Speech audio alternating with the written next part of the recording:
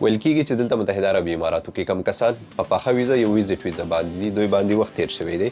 نو که چېرې دغه کسان راتلونکي 15 ورځې یو ورځ خو تېره شوې ده، اوس به 4 ورځې پاتې. نو راتلونکي 4 ورځو کې خپل ځانونو صفایي ونه کړه نو دا کسان به بلک لیست کېږي.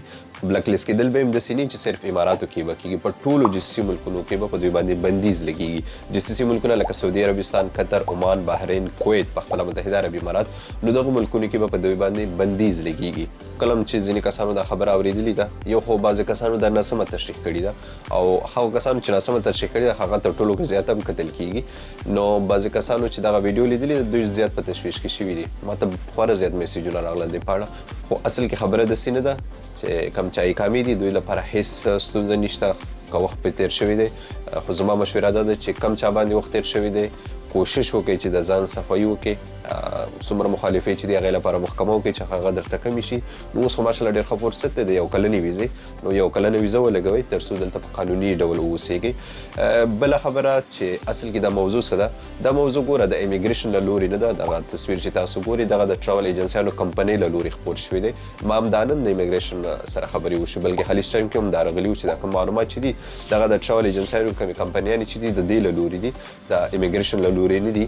نو هغې کې داسې ویل شوي دي چې کم څوک 15 ورځې هم اوورسټې شي په ویزټ ویزه باندې، یو څوک ویزټ ویزه باندې راغلی دی هغه باندې 15 ورځې تېرې شوې، که 15 ورځو کې د خپل ځان صفایي ونه کړه، مطلب د بله ویزه ونه لګوله یا یې د ملک پرې نه خوستو، نو دا کسان به اپسکون کېږي یا به بلک لیست کېږي.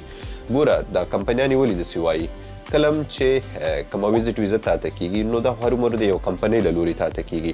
که چیرې ته اوورسټې شي یا تا باندې زیات وخت دلته اماراتو کې تېر شي نو همغه کمپنۍ له لورې حکومت باندې فشار راځي، د ده لایسنس ته تاوان رسېږي، د ده سیسټم بلک کېږي، کومې ویزې چې د اپلای کړي دي هغو ته هم تاوان رسېږي او نوره نوې ویزې هم نشي جمع کولی. نو کمپنۍ ډېرې غټو ستونزو سره مخامخ کېږي. نو دوی له وجې دوی مجبورېږي چې دغه کسان بلک لیست ته واچوي. کله هم چې بلک لیست شوی نو کم سے کم فیصد د بلک لیست کولو 2000 دی او زیاتو نه زیاتې تر 4200 پورې رسېږي چې ته خپل ځان صفایي کوي یا خپل ځان کلیر کوي تر څو بل ځای کې ویزه ولګوي.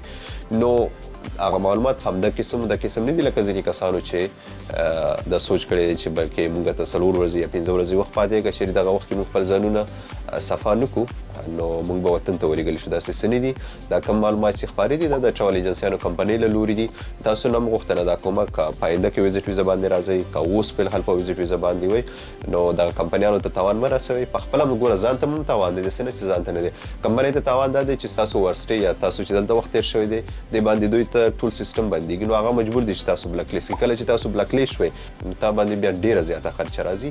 نو دې له وجې دغو څیزونو سره خورا احتیاط کوئ. اوس خو ویزې بندې دي، خو خیر آینده کې خو امیدونه شته که نه. نو کوم چا چې دې په اړه کوم تشویشونه وو امید لرم چې هغه هم حل شوي وي. مننه.